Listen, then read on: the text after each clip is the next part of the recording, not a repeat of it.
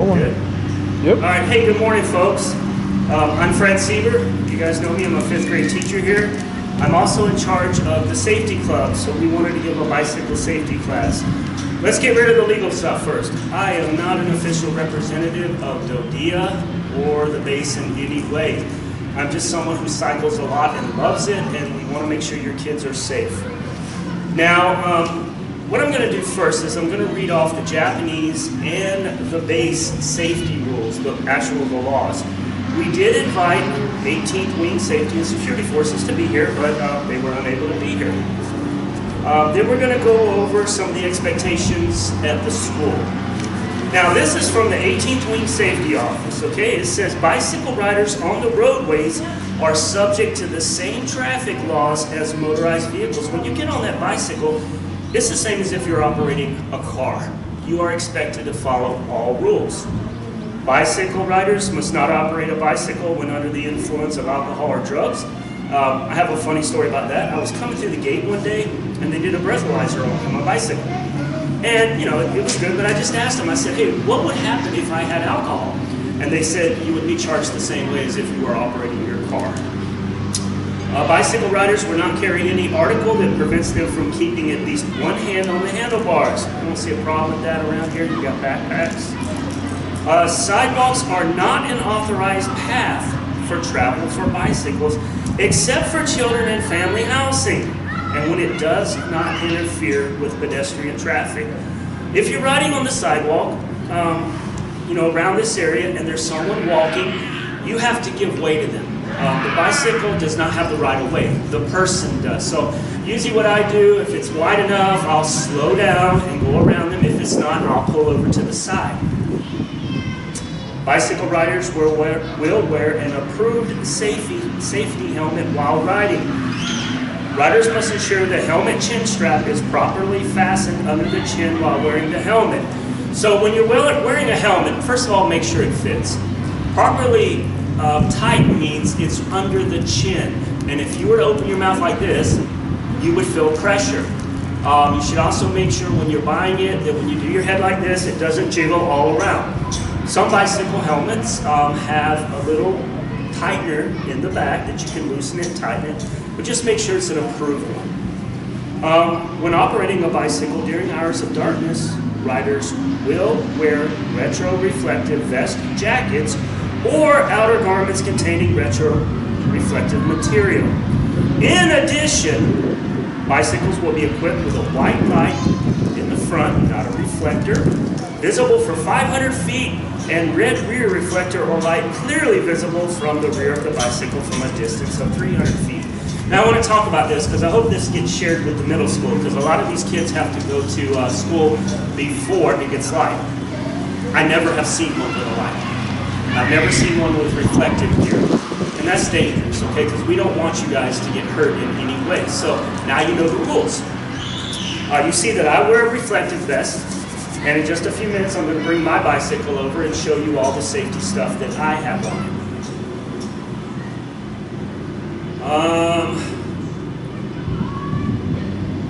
it. The use of portable headphones, earphones, cellular phones, iPods, and other listening and entertainment devices while walking, jogging, running, bicycle skating, or skateboarding on roadways is prohibited.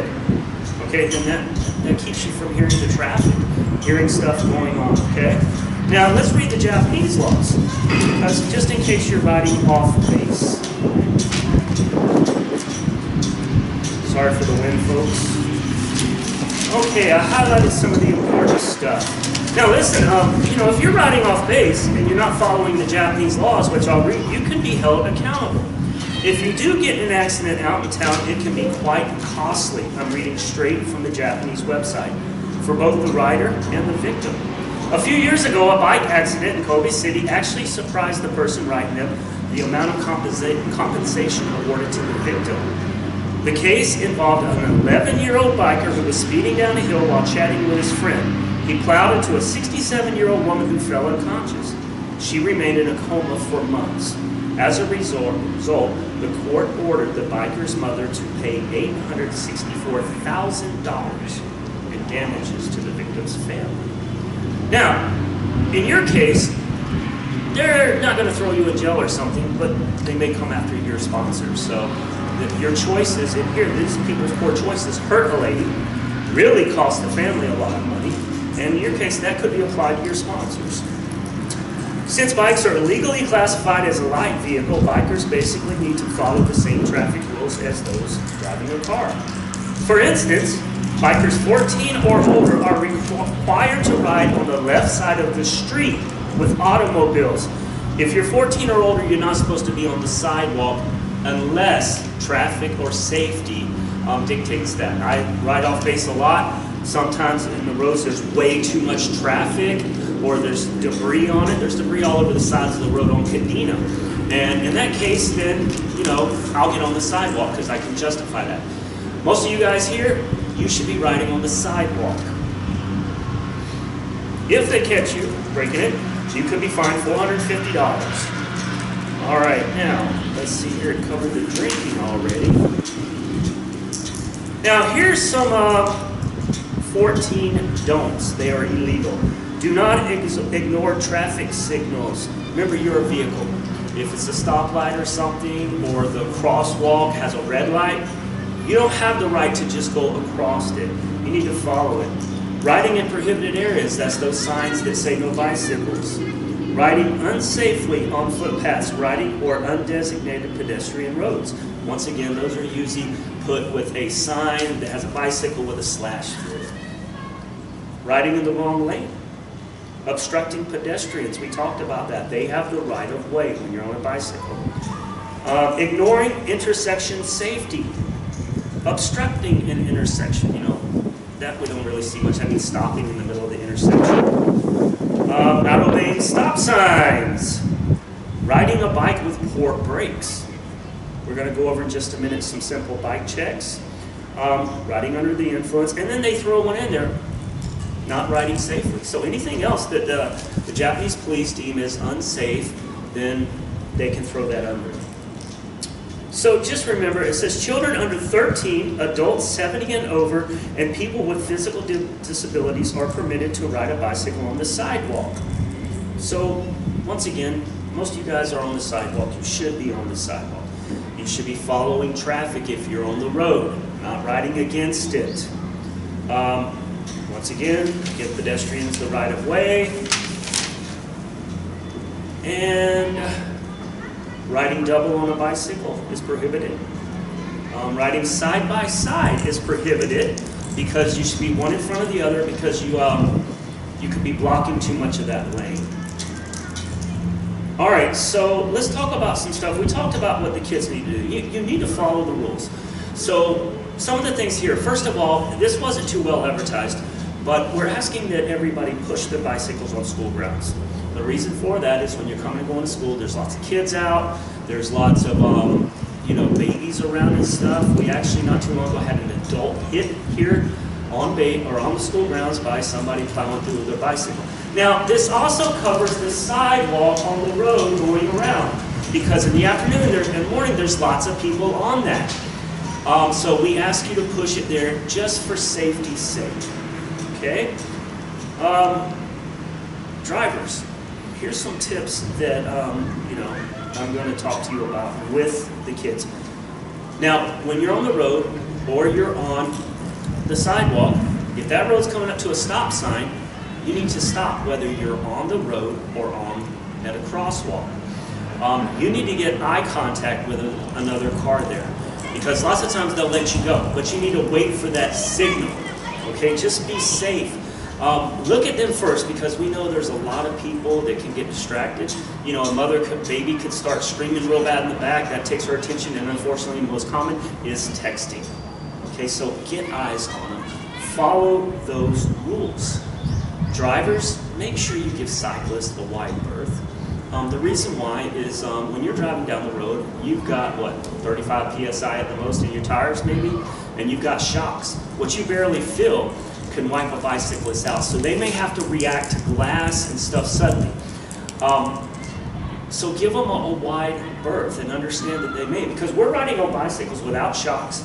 Depending on the bike, A kid's bike, maybe 50 PSI, an adult's bike, 70 to 110 PSI. Imagine what that feels like going over a bump or a bunch of rocks or something. So just be ready for them. Just please be safe around them. Now I'm going to show you some basic safety checks. I'm going to grab my bicycle. I'll pull it over here. Now these are safety checks you should be doing every day, guys, before you ride your bike. Just simple ones. These are the ones I do. You should be checking your handlebars to make sure they're not loose. The way you do that is you stand up front, put your legs around your handlebars, and turn it. They should not turn. If they do, there's a little bolt down here. Get mom or dad, have them tighten. It takes about 5 seconds. Brakes. All right, different kinds of brakes.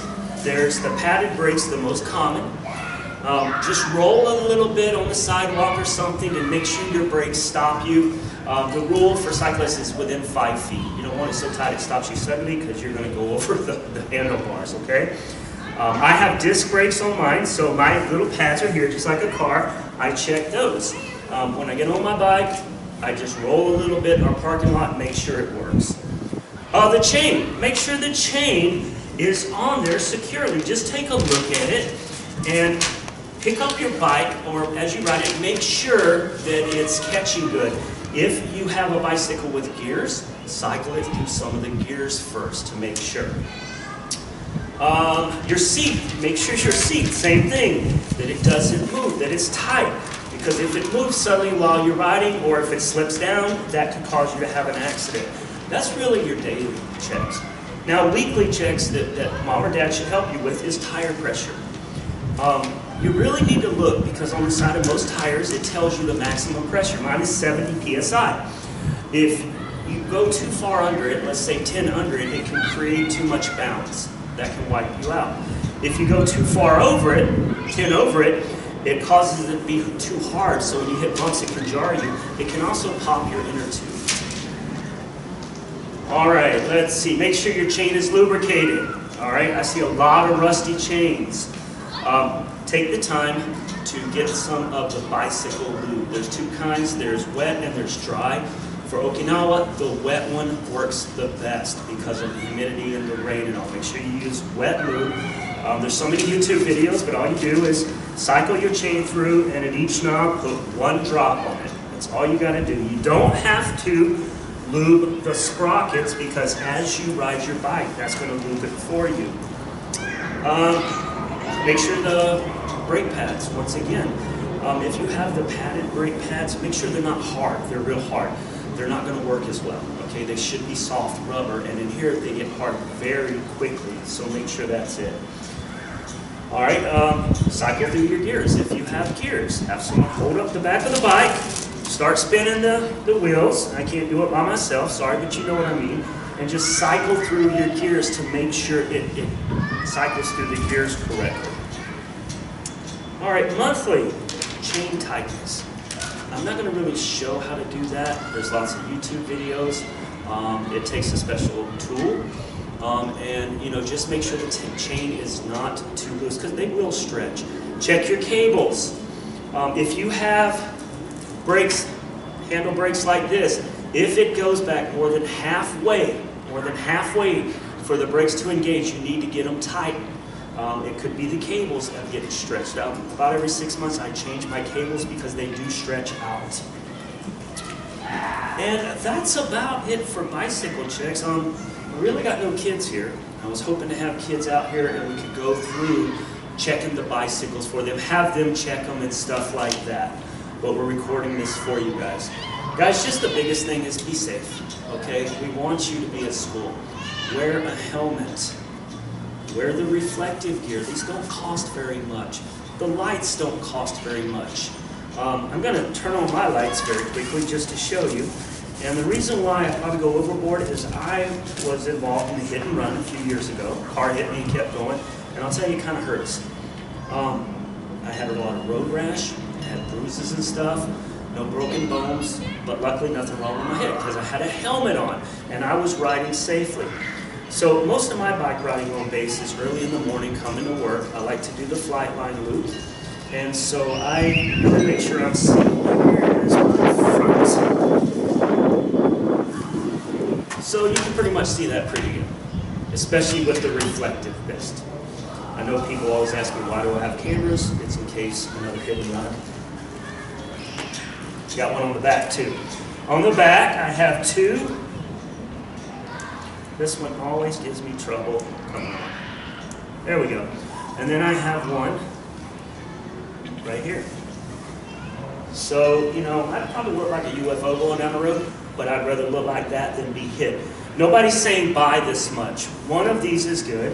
One of the front ones is good. If you're riding it dark, make sure you got a good light so you can see the road, especially see, because like I said, every flat tire I've ever had is on Cadena and it's riding on the side of the road. You are supposed to be within 30 centimeters of the white line on the road. So if you're riding on the road, make sure you're trying to do that. I almost forgot, I'm going to show you the turn signals. You need to do that when you're turning, and especially you come up to a stop sign, you come up to a complete stop. Now these are what we call the international turn signal. Because if you remember in the States, this doesn't mean left, it means right. And most people don't know that. And it's as simple as pointing to the direction you're going to go. You just point. Even if you're going to go straight ahead, you point. Keep it up there long enough for the traffic to see it. If you're going to have to come over in the lane a little bit because you see obstructions coming, you got time, what most cyclists do is not straight out, you point like this. And that kind of tells the driver, that gets their attention, even if they don't know what that means, and they might slow down or something. Once again, drivers, give them about 6 feet. You never know when they're going to come over. And folks, I can't think of anything else. Just be safe, wear a helmet, make sure it fits right, make sure you've got the safety stuff on your bike, because we really want you to be safe at school. Once again, on school grounds, we ask you to push your bicycle, including the sidewalk next to the road, so we don't have anybody getting hurt. At the end of the day, if an accident happens or something, yeah, there's the legal stuff afterwards, who's at fault and all, but somebody probably got hurt, and that's the important thing, and that's what we don't want to happen, okay? Thanks for listening, guys. I know I go through this quickly, but it is really a lot of common sense. Please apply it. God bless everybody, and bye-bye.